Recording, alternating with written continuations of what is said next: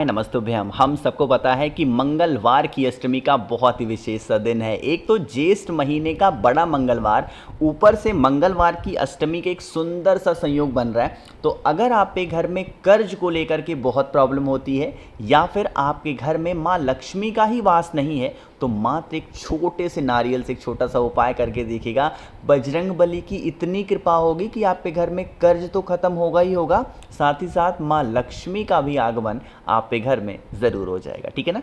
तो इसी की बात हम लोग करने वाले हैं, बहुत ही ध्यान से वीडियो को सुनिएगा। देखो, सबसे पहले जो एक बहुत बड़ी चीज़ मानी जाती है ना किसी भी प्रकार से धन संपदा से रिलेटेड उपाय को करने की, वो होती है नारियल। लेकिन नारियल आपको पता होगा कि दो टाइप के होते हैं। एक होता है नारियल जो हरा वाला होता है, पीने में काम आता है ना। एक होता है जूट वाला। तो जूट वाला नारियल ही आप सभी को लेना है, जो कि स्क्रीन पे आपको दिखाई दे रहा है। लेकिन यहाँ पर भी जब वो नारियल खरीदते हैं लोग ना, तो एक छोटी सी गलतियाँ करते हैं। वो क्या करते हैं, वो नारियल तो ले लेंगे, लेकिन वो ये नहीं चेक करते हैं कि उस नारियल के अंदर पानी है कि नहीं है। तो जब भी नारियल खरीदो 30 रुपये 35 रुपये में ईजिली अवेलेबल होगा। आप इस नारियल को क्या करना है, कान के पास हिलाना है। मेरी बातों को सुनिएगा ध्यान से। कहाँ पे हिलाओगे भाई, कान के पास में इस नारियल को हिलाना है और सुनना है पानी है कि नहीं है। पूरा पानी वाला नारियल लेना है। ठीक, ये वाला ले लिया। लेने वाला नारियल लेने के बाद में हमें एक चीज़ की ज़रूरत और पड़ने वाली है, और वो होगी इस प्रकार से मौली। हमारे यहाँ तो इसे मौली बोला जाता है, आपके यहाँ लक्षा बोला जाता हो, रक्षा सूत्र बोला जाता हो, जो भी बोला जाता है उससे मतलब नहीं है। मैंने फ़ोटो आपको दिखा दिया, ठीक है ना। ये लेना। अब इच्छा एक, मेरी बातों को बहुत ध्यान से सुनिएगा। आप इस उपाय को पता है दो जगहों पे कर सकते हैं। अगर प्रॉब्लम आपके घर में है, मतलब पैसों की दिक्कत आपके घर में है, तो उपाय घर में कर लो। और अगर पैसों की दिक्कत आपके दुकान में है, यानी व्यापार वाले स्थान पे है, तो आप इस उपाय को वहाँ पे भी कर सकते हो। बस थोड़ा सा नियम समझना। आपके प्रॉब्लम घर में है तो उपाय घर में करेंगे, और उपाय अगर प्रॉब्लम दुकान में है तो आप उपाय दुकान में करना। ठीक, इस मौली लक्षा धागा को लेना, और आपके पास में ये जो नारियल है ना, अगर आप इस उपाय को घर में कर रहे हो तो आप इस धागे को अच्छे तरीके से जब तक पूरे घर में घूम ना लो, प्रत्येक कमरे में, सभी कमरों में घूम घूम करके लपेट देना। ठीक है ना, पहला नाम। दूसरा, अगर आपकी प्रॉब्लम दुकान में है, व्यापार वाले स्थान में है, तो आप इसके ऊपर धागे को लपेट देंगे। कहाँ पे, अपने व्यापार वाले स्थान पे। ठीक है ना। फिर क्या करना, इस नारियल को उठाना है। शाम के टाइम पे प्रदोष काल में, ध्यान रखिएगा, इस उपाय को सुबह के टाइम पे नहीं करना है। कब करोगे, शाम के टाइम पे प्रदोष काल में ले करके जाएंगे कहाँ, पीपल वृक्ष के नीचे, और वहाँ पर उस नारियल को चुपचाप रख करके चले आना है। किसका ध्यान करना है, बताओ भाई, बालाजी का। अब एक मेरी बातों को ध्यान से सुनिएगा, जो कि आप लोग गलतियां कर देते हो, फिर कहते हो भैया उपाय हम इतने सारे करते हैं, हमें कोई फ़ायदा नहीं होता है।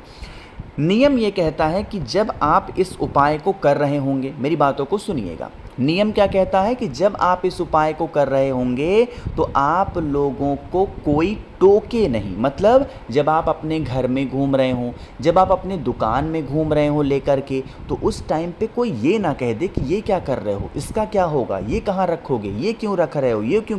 मतलब किसी प्रकार से अगर टोका टोकी हो गई, या आपने इस उपाय को किसी को बताया करते समय, तो इस उपाय का कोई फ़ायदा नहीं होने वाला है। ठीक है ना। उपाय करने के बाद आप किसी को बता सकते हो कि हमने ऐसे किया था, ऐसे हुआ, वैसे। ठीक है ना। चलो, तो आप लोग को पहला उपाय तो भाई समझ में आ गया होगा, मैं श्योर हूँ। सॉरी, आगे बढ़ते हैं। अब इस वीडियो के हम लोग बहुत ही ज़्यादा स्पेशल उपाय की बात करने जा रहे हैं, जो कि हमारा दूसरा उपाय है। और जब भी कोई भी अष्टमी तिथि आती है, स्पेशली चाहे वो शुक्रवार के दिन अष्टमी तिथि पड़े तो मैं बताता हूँ, और अगर मंगलवार के दिन पड़ता है तो मैं आपको बताता हूँ। यह उपाय से आप अपने पेट से जुड़ी हुई समस्याओं को ख़त्म कर सकते हैं। अब देखो, मैंने क्यों बोला कि पेट से ही जुड़ी समस्याओं को, क्योंकि जब भी कोई इंसान बीमार पड़ता है ना, हमारे घर में कोई, आप देख लो किसी घर में कोई इंसान अगर बीमार पड़ा है ना, तो तभी बीमार पड़ेगा जब उसकी प्रॉब्लम पेट से संबंधित होगी, चाहे चाहे वो गैस की प्रॉब्लम हो, चाहे वो कोई खाना पचता ना हो, या फिर बहुत गंदी सी डकार वगैरह टाइप की आती हो ना, तो आप सभी को क्या करना है, इस उपाय को करना। क्या करना है, ये वाला जो लाल फूल आपको पुष्प दिखाई दे रहा है ना, इसको बोलते हैं गुड़हल का फूल। क्या बोलते हैं, गुड़हल। तो इस गुड़हल के फूल को लीजिएगा और आपके घर में कोई भी देवी माता हो, माँ लक्ष्मी हो, माँ दुर्गा हो, माँ जगत जननी हो, कोई भी हो, उन्हीं के पास में पहले काम क्या करना है, इस पुष्प को उनके चरणों में समर्पित करना है। जब समर्पित करोगे शाम के टाइम पे प्रदोष काल में, तो कौन सा नाम लेना है, माता प्रसूति का स्मरण करके इस लाल पुष्प को माता के चरणों में समर्पित करना। एक घी का दिया, लंबी बत्ती का जलाना। देवी माता से यही विनती करेंगे, हे देवी माँ, हमारे घर परिवार में ये प्रॉब्लम चल रही है, ये समस्या चल रही है, हम लोग बहुत परेशान हैं, हम लोग बहुत चिंतित हैं, आप हमारे घर परिवार से इन सभी बीमारियों को दूर करें। ऐसे प्रार्थना करना, और प्रार्थना करने के बाद में फिर इसी लाल पुष्प को माता के ही चौखट पे बैठ करके, जिसको भी पेट से जुड़ी हुई कोई भी प्रॉब्लम चल रही हैं, अगर इनके पत्तियों को चबा चबा करके खा लेते हैं तो उनकी कोई भी दिक्कत नहीं आने वाली। एक छोटा सा नियम ये होगा कि अगर कोई भी गर्भवती महिला है तो वो आप इस उपाय को नहीं करेंगी, इस चीज़ का ध्यान दीजिएगा। मैं दोबारा बोल रहा हूँ, अगर कोई गर्भवती महिला है, कोई प्रेग्नेंट लेडी है, तो आप इस उपाय को नहीं करेंगी, इस चीज़ को विशेष ध्यान से सुनिएगा, ठीक है ना। चलो, तो यहाँ पे हम लोगों ने बात कर ली है अपने दो उपाय की। एक बहुत ही ज़्यादा आसान से और बहुत ही ज़्यादा प्यारे से उपाय की बात हम लोग करने जा रहे हैं, और यह उपाय हम लोग डिस्कस करेंगे धन संपदा, मतलब माँ लक्ष्मी का वास घर में नहीं हो, बहुत चिंतित चल रहे हो, बहुत प्रॉब्लम में चल रहे हो, तो आप सभी लोग इस उपाय को ज़रूर करेंगे, ठीक है ना। एक मिनट, हाँ देखो करना क्या है, सुनिएगा बहुत ध्यान से। ये जो स्क्रीन पे आपको दिखाई दे रहा है ना, ये क्या है, अरे बताओ जल्दी से, ये है लाल चंदन।